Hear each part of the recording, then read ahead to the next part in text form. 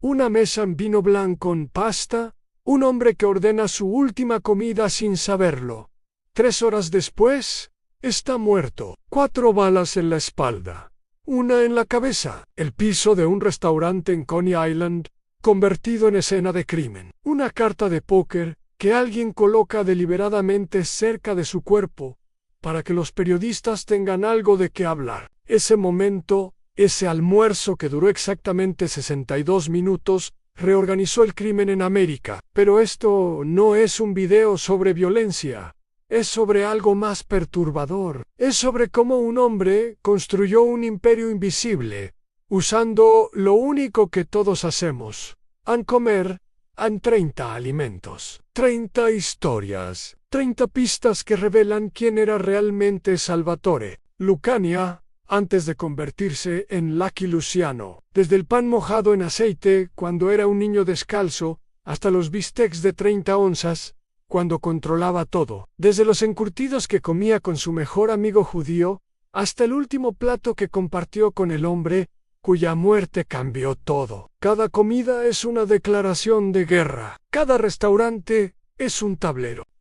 Cada bocado es una decisión que lo llevó más cerca del poder absoluto. Imagina, no el hambre que sientes a las 3 de la tarde. Imagina la clase de hambre que sientes cuando tus padres trabajan 14 horas diarias en minas de azufre bajo tierra, donde la temperatura alcanza 45 grados, donde los hombres envejecen 10 años en 5. Tu padre, Antonio Lucania, trabaja en esas minas. Lleva monedas. Las guarda en un frasco de vidrio debajo de la cama. Año tras año, frasco tras frasco. Por una oportunidad, Salvatore tenía 9 años cuando lo metieron en un barco con cientos de otras personas que también estaban huyendo en vómito. Enfermedad, oscuridad en 3 semanas en una cosa que no era verdaderamente un barco, sino un ataúd flotante. Cuando sus pies tocaron tierra en Nueva York, bajó a un departamento en el Lower East Side que compartían 3 familias. Sus padres dormían en la misma habitación donde cocinaban, donde sus hermanos comían, donde todos existían simultáneamente en 15 metros cuadrados. Y entonces llegó el hambre de verdad. No la hambre del mar, sino la hambre de la ciudad. La hambre de alguien que no tenía nada. Su madre Rosalia tomaba pan del vendedor de carrito, costaba centavos. A veces ganaba una barra completa por un día de trabajo. Ella hundía ese pan en aceite de oliva. Solo aceite, a veces ajo, si podían permitírselo. A veces nada. Solo el pan, solo el aceite. Ese era el desayuno. Ese era el almuerzo. A menudo era la cena también. El movimiento era exactamente igual. Cada vez las manos del niño imitaban las manos de su madre, que imitaban las manos de su abuela, que imitaban las manos de generaciones de mujeres en Sicilia que habían hecho exactamente esto durante cientos de años. No era una receta porque los pobres no tenían receta. Eran instrucciones codificadas en el cuerpo, en la memoria muscular, en la desesperación. Para Salvatore Lucania, ese pan con aceite de oliva fue la comida más honesta que alguna vez comería. Después de esto, todo sería mentira en estrategia, en cálculo, pero ese pan, en esas manos, en esa cocina oscura, fue lo único genuino. Acos dispius. Cuando era el hombre más poderoso de Nueva York, cuando podía ordenar la muerte de alguien entre platos de comida, probablemente recordaba ese pan. Y eso era peligroso, porque los hombres que recuerdan de dónde vinieron, nunca olvidan que están dispuestos a hacer para nunca volver allí. Aquí viene lo que cambia todo. El hombre que controló cada apuesta, en cada protección, cada gota de alcohol ilegal que se vendía desde la calle 30 hasta el puerto de Nueva York, el hombre cuya palabra enviaba gente a hospitales o a tumbas. Su comida favorita no era langosta, no era caviar, no era nada que sugiriera poder o riqueza, era encurtido, específicamente un encurtido verde, del tipo que venían en barriles de madera gastados al sur, agua en eneldo, ajo o nada más. Los vendedores judíos los sacaban del barril con palos de madera y los metían en bolsas de papel grueso que goteaban salmuera por todas partes. Luciano descubrió esto cuando era un adolescente en 15 años, cuando empezó a correr las calles con Meyer Lansky y Bugsy Siegel. Mientras que los otros italianos se quedaban en sus propios bloques, Luciano cruzaba las líneas, comía la comida del otro, hablaba el idioma del otro, pensaba los pensamientos del otro. Los viejos jefes de la mafia lo veían como traición, como una corrupción de todo, lo que significaba ser siciliano, pero Luciano veía algo diferente. Veía futuro. Un encurtido verde de un barril judío era más que comida. Era una declaración. Significaba que podías trabajar con alguien que no fuera tu sangre, que podías confiar en alguien que hablaba un dialecto diferente, que el futuro no pertenecía a los hombres que se aferraban al pasado, sino a los que construían algo completamente nuevo. Décadas después, durante la Segunda Guerra Mundial, Luciano está en prisión.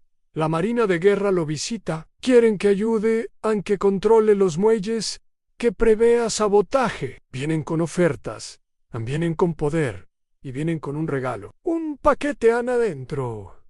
Encurtidos. Los mismos encurtidos verdes del Lower East Side, el hombre más poderoso de la mafia americana, en una celda, comiendo encurtidos que traían desde barriles en la calle, donde había crecido.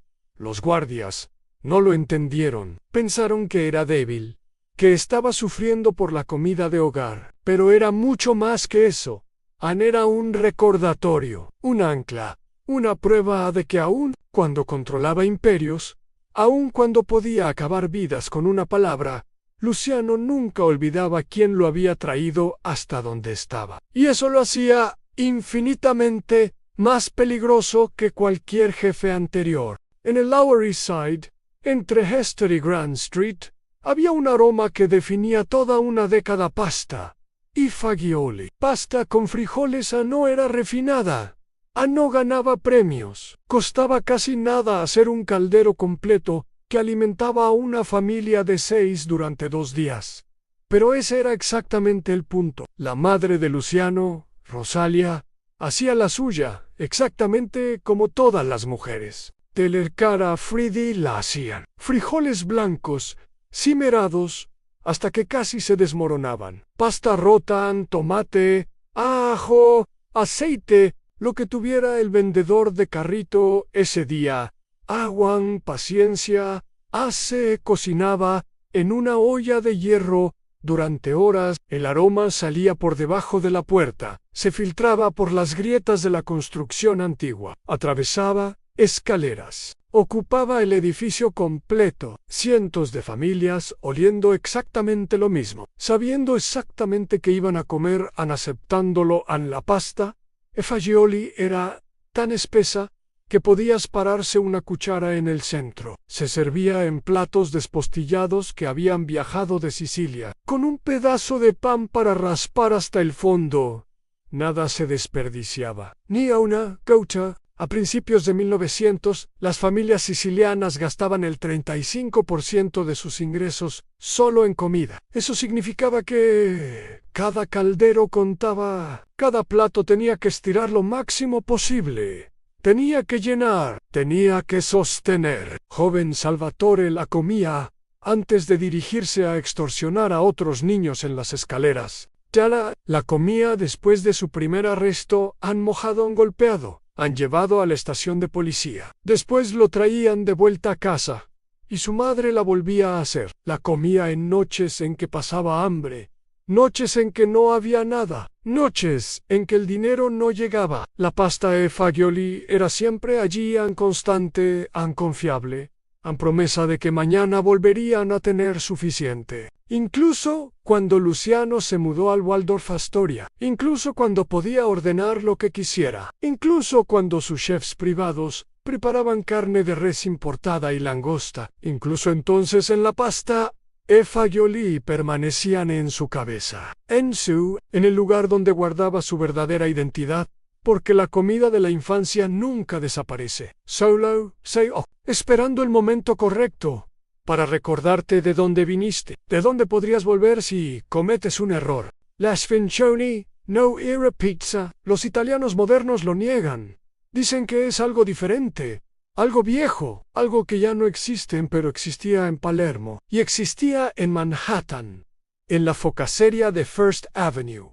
Un rectángulo grueso, masa de levadura que había fermentado durante un día completo. Aceite que empapaba cada centímetro, cebollas caramelizadas hasta que casi se convertían en mermelada, salsa de tomate, anchoas, amigas de pan, queso caballo que sabía a humo y sal. Era crujiente, era suave, era contradicción en forma edible. Luciano la comía de pie, en el mostrador, quemándose los dedos, partiendo la cáscara para llegar al interior, donde todo era vapor y queso derretido. La grasa le goteaba por la barbilla, no le importaba. Aquí no estaban los políticos, aquí no estaban los jueces, aquí era simplemente un hombre comiendo pan siciliano, de la manera en que su abuela lo habría hecho. Los vendedores de sfincioni en Palermo la habían vendido desde bandejas de madera durante siglos de mañana tras mañana. La gente llegaba, comían, se iba. Algunos a trabajar, algunos a buscarse problemas, todos exactamente iguales. En Manhattan, sfincioni era rareza. Era membresía a un club que la mayoría de los neoyorquinos ni sabían que existía. Si no hablabas italiano, si no sabías dónde ir, si no tenías conexiones, nunca lo probarías. Luciano tenía conexiones. Conforme su poder creció, conforme su imperio se expandió en todas las direcciones, sfincioni permanecía igual, no evolucionaba, no se refinaba. Se quedaba exactamente como era. Y eso era el punto. Mientras que los viejos jefes se aferraban al pasado porque no sabían cómo hacer otra cosa, Luciano se aferraba al pasado porque entendía el poder de los símbolos. Comer, sfincione, significaba que recordabas que no habías olvidado, que los años en el Waldorf, el dinero ilimitado, el poder sobre vida y muerte, nada de eso te había transformado en algo completamente diferente.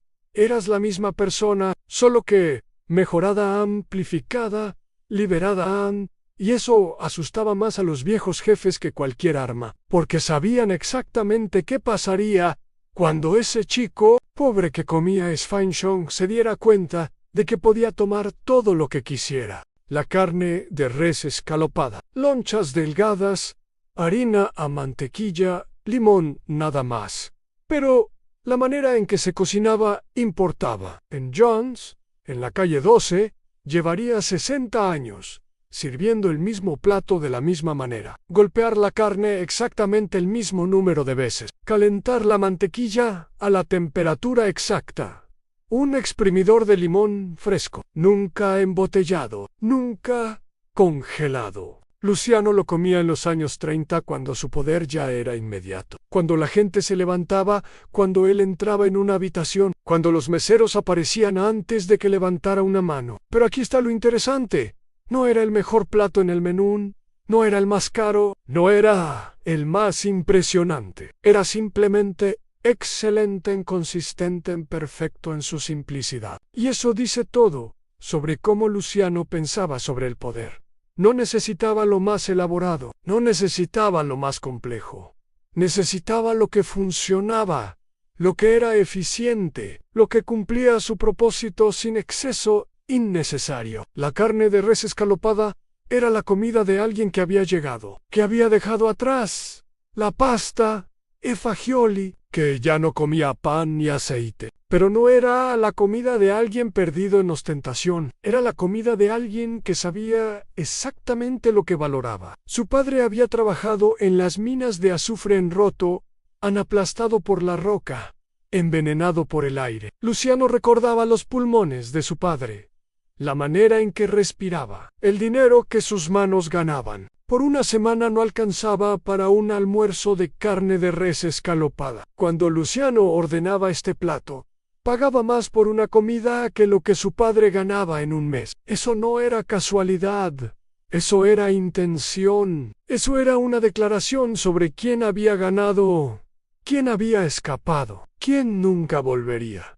Pero escapar tiene un precio, porque cada vez que comía carne de res escalopada, recordaba exactamente cuánto había costado escapar, exactamente lo que había tenido que hacer, exactamente en qué clase de persona se había convertido, y probablemente en algún momento, mientras comía ese plato perfecto en ese restaurante elegante, había un pedazo pequeño de él que extrañaba simplemente el pan y el aceite. Abril en 15 1931, un día como cualquier otro, excepto que no lo era. Luciano ya sabía lo que iba a suceder. Maseria, su jefe, estaba perdiendo poder. Los viejos métodos ya no funcionaban. La estructura antigua se estaba rompiendo bajo el peso de su propia rigidez. Había dos opciones: evolucionar o ser aplastado por alguien que sí evolucionara. Luciano invitó a Maseria a comer. Un restaurante en Coney Island. Nuova Villa Tamaron. Nada especial, solo un lugar donde dos hombres podían sentarse y comer juntos. El dueño sabía exactamente qué hacer en despejar el lugar, asegurarse de que los guardaespaldas no estuvieran presentes, crear el vacío perfecto. Maseria ordenó vino blanco, ordenó carne de res con linguini, comida simple, comida que duraba, comida que significaba que planeaba quedarse un tiempo. Luciano comió también calmado, normal, dos hombres, compartiendo una comida ordinaria en un día ordinario. Entonces Luciano se disculpó, tenía que ir al baño, una necesidad urgente, nada fuera de lo ordinario. Los hombres hacen esto todo el tiempo. Mientras Luciano estaba en el baño, 4 hombres entraron por la puerta frontal. Vito Genovese, Albert Anastasia, Joe Adonis, Bugsy Siegel, todos jóvenes to-dos, todos listos, a más de 20 disparos, 32 calibres, 38 calibres. El ruido fue ensordecedor. El restaurante se llenó de humo. Maseria recibió 4 balas en la espalda, una en la cabeza. Cayó sobre el plato de linguini. La sangre salpicó la sopa de fideos. Cuando Luciano salió del baño, todo había terminado. Una foto de prensa posterior mostró una carta de póker cerca del cuerpo. El as de picas, probablemente colocada allí por un fotógrafo que sabía lo que vendía periódicos. Pero funciona perfecto para la narrativa. El asesinato de un jefe en hecho artístico. Eco simbólico. Ese almuerzo duró exactamente 62 minutos. En ese tiempo, Luciano eliminó la vieja guardia. Terminó una era. Abrió el espacio para que construyera algo completamente nuevo. Algo nunca antes visto en el crimen organizado. Algo que duraría décadas.